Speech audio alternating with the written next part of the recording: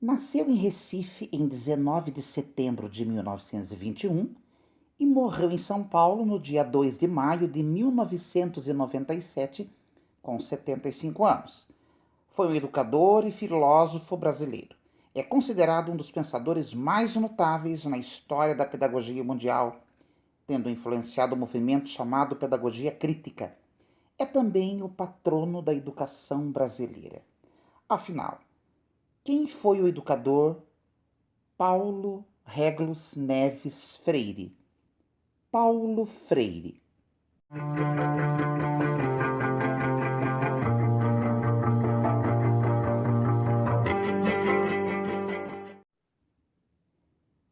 Paulo Freire foi um educador e pedagogo pernambucano que ganhou atenção na década de 1950. Ele recebe o título aí de patrono da educação brasileira em 2012 e foi o brasileiro mais homenageado da história por títulos de doutor honoris causa, né? Que é um título de doutor concedido por causa de honra, né? Por universidades a pessoas eminentes, né? Que não necessariamente aí sejam portadoras de uma graduação acadêmica, mas que se destacaram em alguma área, alguma determinada área. Paulo Freire recebeu 48 desses títulos de universidades brasileiras e estrangeiras, além de ser indicado ao Prêmio Nobel da Paz em 1995 e ganhar o Prêmio da Educação para a Paz da Organização das Nações Unidas para a Educação, Ciências e Cultura, Unesco, em 1986. Paulo Freire, né, foi professor de língua portuguesa, aplicou em 1963 um método chamado aí o método próprio de alfabetização em Angicos, uma cidade, né, no Rio Grande do Norte, no interior do Rio Grande do Norte. Né, esse projeto de alfabetização de Paulo Freire foi um sucesso, onde ele conseguiu alfabetizar 300 adultos aí em um tempo muito curto, recorde de 45 dias, partindo aí do conhecimento prévio que essas pessoas já possuíam. E por conta desses resultados eficazes, o governo brasileiro na época, né, que estava realizando as reformas de base, que é o governo aí de João Goulart, aprovou a multiplicação dessa primeira experiência, né, em um plano aí nacional de alfabetização. A experiência de Freire foi financiada também pelo governo dos Estados Unidos, com a Aliança para o Progresso, com o objetivo de promover a alfabetização, pois, né, acreditava-se, né, estar combatendo o avanço do comunismo aí no Brasil.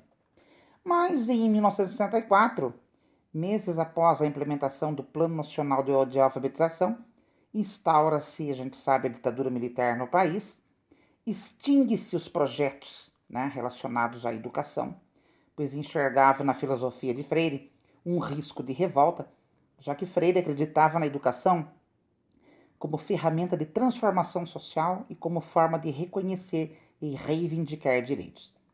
Paulo Freire foi preso, a gente sabe disso, por 72 dias, né, a acusação dele aí é de traição, e foi exilado do país, ficando 16 anos fora do Brasil. O primeiro país onde ele desembarcou foi no Chile, né, ficando aí 4 ou 5 anos. Em 1969, ele foi professor visitante da Universidade de Harvard e atuou no Departamento de Educação do Conselho Mundial de Igrejas, em Genebra, onde trabalhou por 10 anos com projetos de ação educativa em mais de 30 países, dos europeus aos africanos, podendo colocar em prática sua filosofia e voltando-se às classes mais pobres. Né? Também ele foi professor universitário da Unicamp, na PUC São Paulo, quando houve a lei da anistia e ele pôde voltar ao Brasil. Né? Em 1991 foi fundado em São Paulo o Instituto Paulo Freire com o objetivo de estender, né, e elaborar as ideias do pensador brasileiro. O Instituto preserva os arquivos de Freire, realiza atividades, né, relacionadas aí, né, gente, ao seu legado e atua em temas da educação brasileira e mundial. Educar, conectando o cotidiano dos estudantes, né, as suas experiências, né? Também aí atrelando a política, né, especialmente porque Freire trabalhou com a alfabetização de adultos. É a metodologia de ensino de Paulo Freire. Essa metodologia ela consiste nessa maneira de educar, né, atrelando aí o cotidiano às experiências dos alunos. Né? E a sua filosofia baseia-se no diálogo entre professor e aluno, procurando transformar o estudante em um aprendiz ativo e não passivo. Ele criticava os métodos de ensino em que o professor era tido como detentor de todo o conhecimento e o aluno apenas um depositório, né, a chamada educação bancária, chamada por ele. Né? Transformar os alunos em objetos receptores é uma tentativa de controlar o pensamento, né, e a ação. Leva homens e mulheres a ajustarem-se ao mundo e inibe o seu poder criativo. São palavras de Paulo Freire. Na Pedagogia do Oprimido, é o livro que ele escreve aí no Chile, né? Ele coloca o seu papel da educação como um ato político, né? Que liberta os indivíduos por meio da consciência crítica, transformadora e diferencial que emerge da educação como uma prática de liberdade. Ele defende uma educação que incentive a criticidade do aluno, indo além do português e da matemática. Suas ideias também possuem ligações com o pensamento marxista e críticas ao capitalismo. Tá? Antes da ditadura, né, em 1964, com as reformas de base de João Goulart e durante a redemocratização, época em que foi secretário de Educação em São Paulo, aí, né, no governo da Luiza Erundina, a filosofia de Paulo Freire exercia certa influência nas escolas públicas. Atualmente, suas obras continuam presentes nos debates pedagógicos, porém com menos força do que antes. E a Base Curricular Nacional, a BNCC, já não faz referências ao educador. Então, é aí como a gente vê como as escolas brasileiras aplicam essa metodologia de Paulo Freire. Quando se faz aí uma análise errada, equivocada, né, culpando aí o fracasso da educação brasileira, ligando ao método freiriano, né, falando que a culpa do fracasso da educação é da teoria de Paulo Freire, quando na verdade, né, as escolas aí públicas e privadas sempre utilizam, né, uma combinação de diferentes linhas de ensino. E Paulo Freire não é a única referência. E como que Paulo Freire é visto internacionalmente? Sabemos que Paulo Freire é um dos intelectuais brasileiros mais referenciados do mundo. Está entre os 100 mais citados em estudos e o seu livro mais famoso, Pedagogia do Oprimido, é a terceira obra mais citada em trabalhos acadêmicos das áreas de humanas. Ao redor do planeta, né, Paulo Freire é tido como referência mundial em qualidade de ensino e já foi homenageado aí em diversos países. O Centro Paulo Freire Finlândia é um espaço dedicado à discussão da obra do escritor brasileiro e sabemos que tem centros de estudos, né, semelhantes em países como África do Sul, Áustria, Alemanha, Holanda, Portugal, Inglaterra, Estados Unidos, Canadá, mundo afora. Pelo mundo aí, gente, tem diversas instituições de ensino que adotam o método educador brasileiro. Uma delas é a Revere High School, escola em Massachusetts, nos Estados Unidos, que foi reconhecida como a melhor instituição pública de ensino médio do país em 2014 pelo National Center for Urban School Transformation. Né? E em 2016 recebeu o prêmio School of Opportunity do National Education Policy Center. Né? Mas por que Paulo Freire é tão criticado, né? Atualmente, especialmente? O nome, né, de Paulo Freire tem despertado aí discussões na política brasileira. De um lado, né, que é os que consideram um dos maiores nomes de educação no Brasil e do mundo, e do outro, né, são pessoas que atribuem a ele responsabilidades pelos maus resultados educacionais do país e afirma que é preciso extinguir sua metodologia comunista de escolas brasileiras. Né? Sabemos aí que falta estudo para as pessoas que o criticam. Sabemos que é um dos maiores pensadores do mundo e deve respeito. As pessoas que criticam Paulo Freire necessitam, eu falo, revisitar suas obras, quando na verdade não leram nenhuma. Né? A principal crítica, né, à metodologia, né, de Freire diz respeito ao fato dele defender a não neutralidade da educação. Os defensores do projeto Escola Sem Partido afirmam que, ao trabalhar em questões políticas em aula, os professores promovem uma doutrinação dos alunos em favor de determinada ideologia. O projeto preza pela imparcialidade em oposição aos ideais de Freire, que acreditava não existir um processo de educação neutro e que a escola é local para discussão sobre a realidade social e política, a fim de desenvolver posturas criticamente transformadoras de mundo, né? Temos aí o Sérgio Haddad, né, do Programa de Pós-Graduação em Educação da Universidade de Caxias do Sul, e ele é autor da biografia de Freire, né? O pedagogo era a favor de que o professor expressasse sua opinião sobre temas gerais da sociedade na sala de aula em um ambiente franco de debate com seus alunos. No entanto, aí ele não era favorável à doutrinação política ou partidária.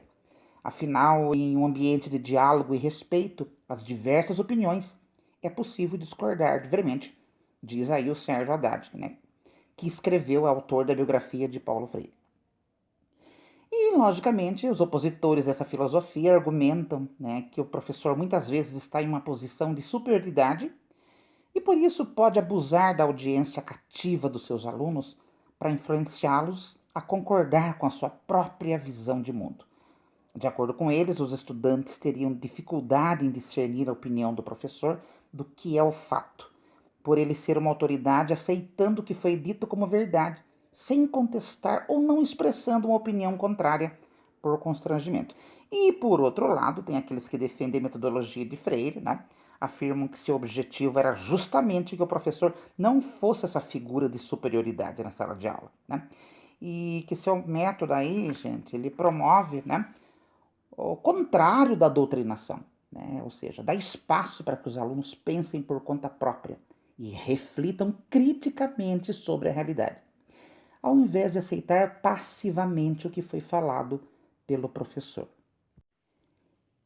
Karl Marx, né, Jean-Paul Sartre, Georges Lukács e outros pensadores de esquerda, né, além de figuras políticas como Fidel Castro, Che Guevara, Mao Tse-tung, Lenin, são referências, né, utilizadas nos livros de Paulo Freire. Além dos livros abordarem conceitos marxistas, né, como opressor e oprimido e a luta de classes, Paulo Freire acreditava que por trabalhar com a alfabetização de adultos pobres, esses conceitos iam ajudar a tornar a educação libertadora, que dessa forma ia despertar uma consciência nesses alunos para as relações de opressão nos ambientes de trabalho em que eles viviam, né? E para as injustiças sociais existentes na sociedade.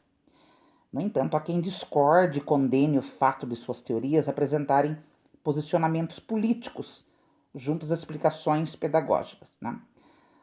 O próprio Sérgio Haddad, autor da biografia de Paulo Freire, diz que o educador tecia críticas ao capitalismo, mas também aos regimes socialistas autoritários que desrespeitavam a liberdade e a democracia.